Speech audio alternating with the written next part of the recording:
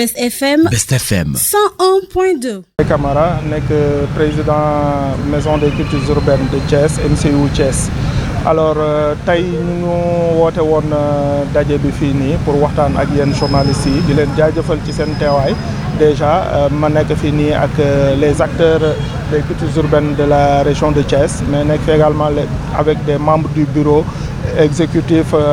de la MCU. MCU nekk benn association boo xam ne dañ ko créé depuis 2023 alors fi mu jugee mooy que ni depuis des années les acteurs dañu décidé woon waxtaan pour mën a booloo am benn structure fédératrice boo xam ne moo leen di boole ci li ñu mën a liggéey ensemble pour mën a suqali acteurs yi mën a suqali secteur des cultures urbaines. alors ay années ñu ngi ci waxtaan ak ay maire mujjul woon a sotti mais ba maire monsieur Babacar Diop ñëwee maire de la ville ñu am benn rencontre ak moom boo xam ne c'était dans le cadre benn audience bu mu accordé la woon Simon ñu waxtaan ci ak moom ñu soumettre ko l'idée de la MCU. biñ ko soumettre il a accepté d'accompagner l'initiative mu ne ñu boo leen ko mettre en place dina leen accompagner defal leen subvention mais également utal leen siège donc 2023 bi ñu génnee on a mis en place cette association utal ko ay kayit ut audience ba 2025 la ñuy doog a am rencontré wat maire pour mën ci waxtaan ak moom bi ñu waxtaanee ak moom présenter ko le bureau ak li nga xam ne jot nañ ko def toujours en présence de Simon mu ne woon léegi dinañu jëlal benn espace boo xam ne da koy def maison des cultures urbaines donc ñu ut espace proposé ko mu accordé ko mu jël ko mais après mu desoon équipement bi ñu nekkoon ci am benn problème bu amoon entre les acteurs finalement ñu waxtaan ci mois de décembre bi mois de novembre 2025 effectivement ñu waxtaan déggoo mettre en place benn réunion boo xam ne réunion de structuration la bi ñu structurer affaire bi en décembre 2025 ñu déposer le PV au niveau auprès de monsieur le maire mu jëloon nañu dina ko équiper parce que boobu décembre mu ngi woon ci fête décembre mënu ko woon a def donc mu ne ñu léegi dina ko équiper entre le mois de janvier et le mois de février. Maintenant depuis lors équipement boobu noonu amagul ñu ngi ci topp di daw effectivement ñu ngi waxtaan ak yenn autorités yi nga xam ne ñu ngi liggéey bureau cabinet bi mais ba léegi mënaguñu am équipement boobu noonu ak acteurs yi nag ñoom ñu ngi toog di xaar pour mën a commencer les activités te comme mënaguñu commencer les activités tant que équipé ñu foofu noonu donc loolu moom mooy premier point bi nga xam ne bëggoon nañ ko leeral ñi nga xam ne ñooy acteurs yi ñu xamal leen ne leen le bureau exécutif de la maison des cultures urbaines lépp loo xam ne santoon nañ ko pour mu def ko il l'a déjà fait et que bu yéexee maire ci mairie bi la des donc ñuy demander à monsieur le maire également bu mënee mu mën ñu équiper cet espace là pour que ñu mën a commencer suñuy activité parce que les acteurs de la région de Thiès soxla nañu espace boo xam ne mën nañ fa daje di def seeni activité loolu beneen point la maintenant beneen point bi mooy que lu ci bëri ci activités yi nga xam ne moom mooy am surtout bi nga xam ne moom mooy fête de l'indépendance bi nga xam ne moom la ñuy organiser les acteurs des cultures urbaines impliqués wuñu leen dans l'organisation et que en général la culture sax impliqué wuñu leen dans l'organisation de cette activité dernièrement il y a de cela 5 jours lañ ñu contacté pour ñu proposer leen des artistes yoo xam ne ñoom ñooy jouer ñu ne nañu proposer 11 artistes ce qu'on a fait on a proposé 11 artistes yooyu ñëpp dañ leen a invité woon bi ñu ñëwee conférence de presse bi boo leen xoolee di ngeen leen gis donc bi ñu ñëwee conférence de presse bi depuis lors également ñun xamuñu ci yan conditions la ñuy jouer xamuñu ko woon ba tey ce matin on nous appelle pour nous dire d'abord que bon parmi les 11 artistes 4 artistes lañ ci retenir donc après ça nous a fait tiquer parce que ñun dañu woowoon ay nit ñu ñëw ñu wax ak ñoom ba ñu taxaw ne ñoom ne leen dañuy jouer ba ñu préparé wu lépp ñu toog ba tey jii nii ñu ne ñu 11 artistes yooyu 4 ñoo ci joué finalement ki ñu woowaat ñu ne ñu moom moo def erreur mais 2 slameurs yi rek la ñu dindi woon par rapport ak ñeneen yi parce que pour wax culture urbaine dafa yaatu dafa am slam am danse am rap am reggae am yeneen forme yoo xam ne mu ngi ci slam bi mais bu ñu waxee concert ñi war a mën a jouer mooy les slameurs les danseurs les rappeurs les reggaeman donc on a choisi fu ci nekk proposer leen mais bi ñu ñëwee ba ci biir ñu ne ñu non léegi erreur la woon 2 slameurs yi rek la ñu génne woon. Après bi ñu insister ne non loolu mënul nekk on a amené tout le monde ñu ñëw toog ils nous ont dit que ben finalement léegi 11 yëpp dinañu jouer loolu c'est un point mais ñu dem ba ci biir on nous a confirmé que ni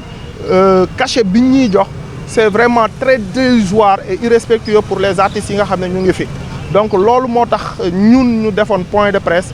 xamal les autorités que ni on demande plus de respect. est-ce que am ngeen représentant culture urbaine bi nga xam ne ñu ngi ci conseil mairie de la ville. culture am na représentant yi ci nekk mais culture urbaine est-ce que am ngeen ku ngeen xam ne moo ngi représenté ci mairie. non culture urbaine personnellement ñun impliqué wuñu ci mairie bi bon on discute avec les acteurs yi fi nekk bu amee activité dinañ ñu woo mais pour juste proposer des artistes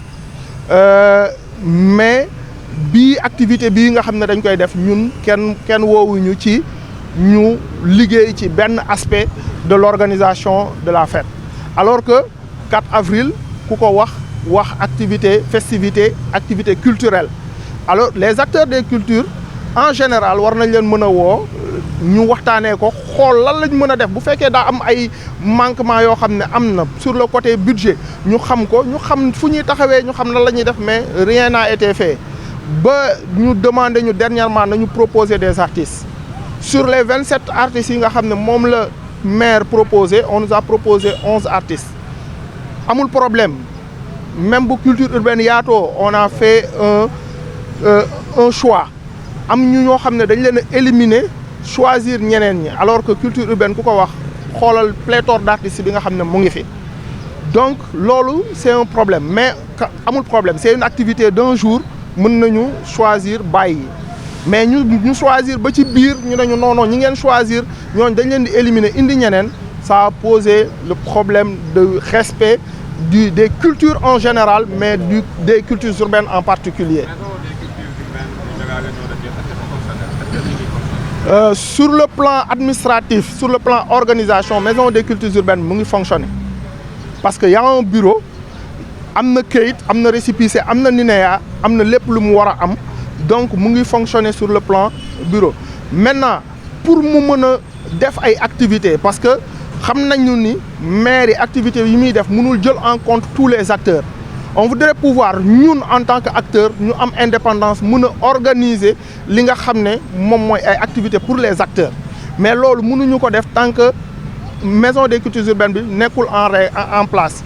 L'autre chose mooy que ni bi ñu waxtaanee ak maire dañu suggéré woon benn convention de partenariat entre la MCU ak la mairie bi ñu ko waxee ñu wax ñu ne nañu liggéey ak secrétaire général bi pour que loolu mën a am mais pour bañ a perdre du temps ñun dañoo dem liggéey ci benn projet de convention proposé ko également mairie bi pour que ñu waxtaan ci xool bu fekkee am na lu ñuy joyanti ñu joyanti ko. ñu signé convention bi mais boobu ba léegi également amuñu retour ci convention boobu signé wuñu convention boobu yooyu la ñu ne nañu wax maire ne ko ñun dañoo bëgg bu fekkee ni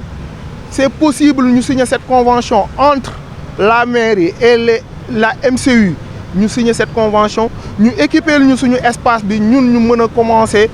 suñuy activité subvention yi ñu promettroon bu fekkee mën na ñëw y a pas de souci on peut avoir au moins l'espace foo xam ne dinañ fa mën a dajaloo di projeter di def ay activités pour les acteurs des cultures urbaines ñun on ne demande que ça on n'est pas là pour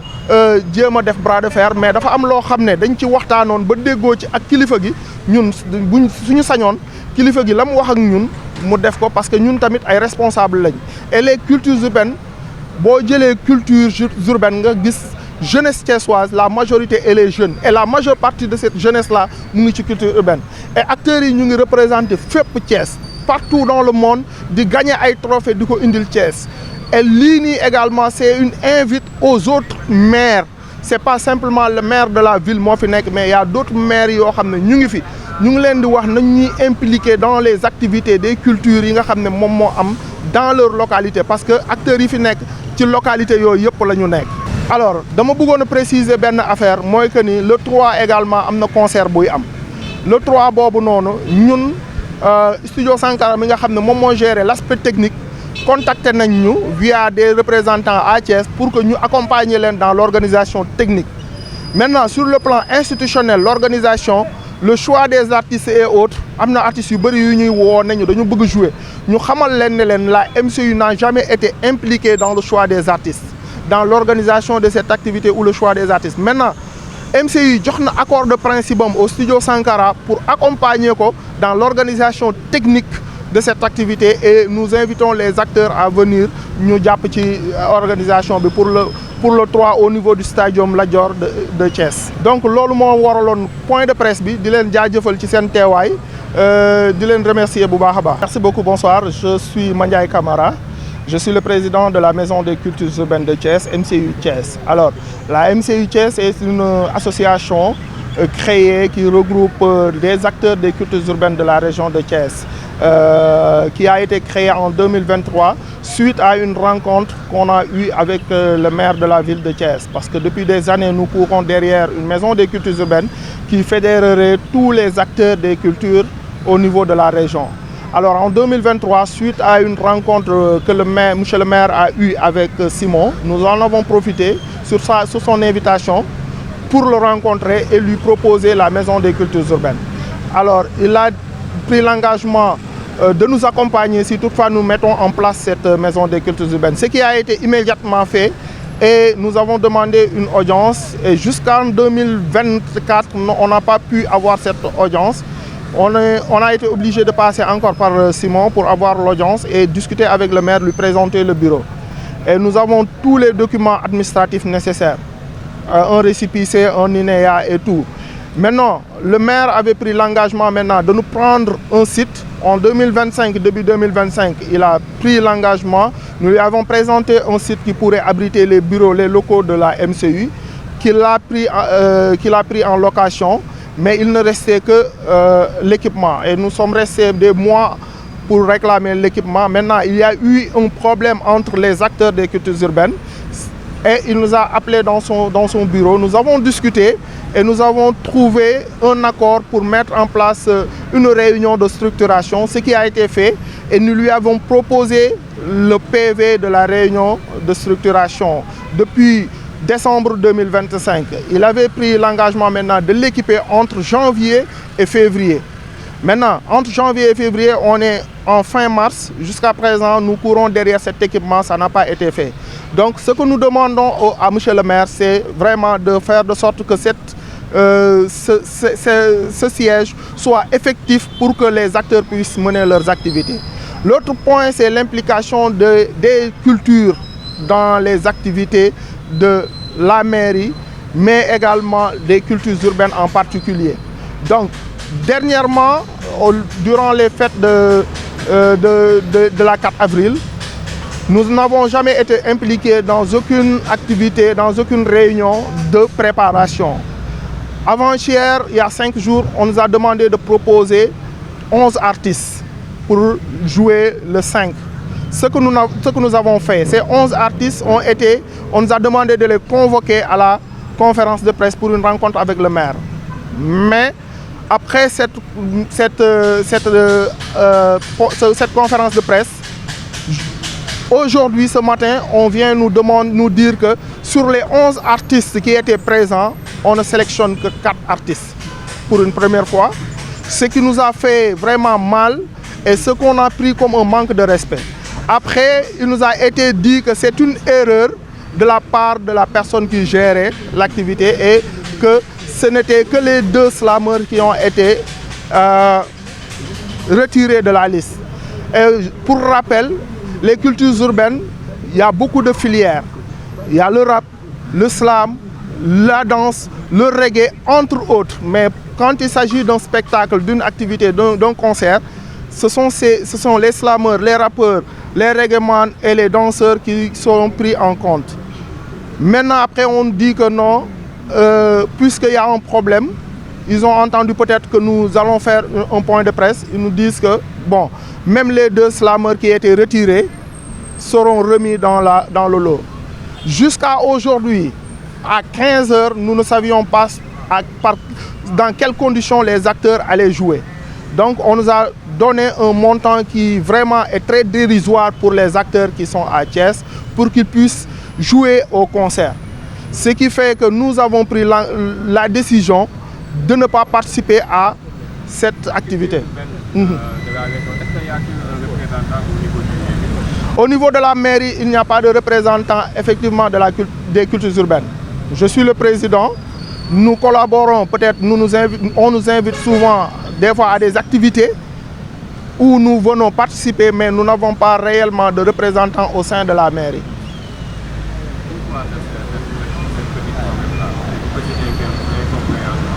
Parce que la culture a son nom à un représentant au niveau de la mairie. Donc la culture urbaine est un peu éloignée de la mairie. Pourquoi cette pas présente? Bon, on ne sait pas, parce que certes, il y a des représentants, des acteurs qui gèrent la culture au niveau de la mairie.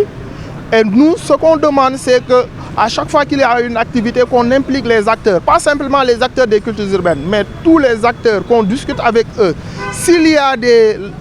problèmes financiers ou autres, qu'on le sache. Qu'on sache maintenant comment s'impliquer. Nous avons demandé à être impliqués dans cette activité pour qu'on donne notre participation. Mais si aujourd'hui on attend jusqu'à la dernière minute pour nous impliquer, et même pas impliquer, nous demander juste de proposer des artistes et après venir nous dire que non, ces artistes-là ne pourront pas jouer, on va changer, ça on trouve ça, on prend ça comme un manque de respect, un manque de considération pour la culture, alors que la culture est le moteur du développement. La Maison des cultures urbaines est fonctionnelle sur le plan administratif. Nous avons notre récépissé, nous avons un bureau exécutif qui tient des réunions périodiques, mais nous n'avons pas d'espace physique pour mener nos activités. Et cet appel également est lancé à l'endroit des autres maires de la région. Je dirais même pas de la commune ou de la ville, mais de la région de Thiès. Donc, les acteurs des cultures urbaines sont partout dans leur localité. Et ils représentent la majeure partie de la population, parce que la population sénégalaise, elle est majoritairement jeune.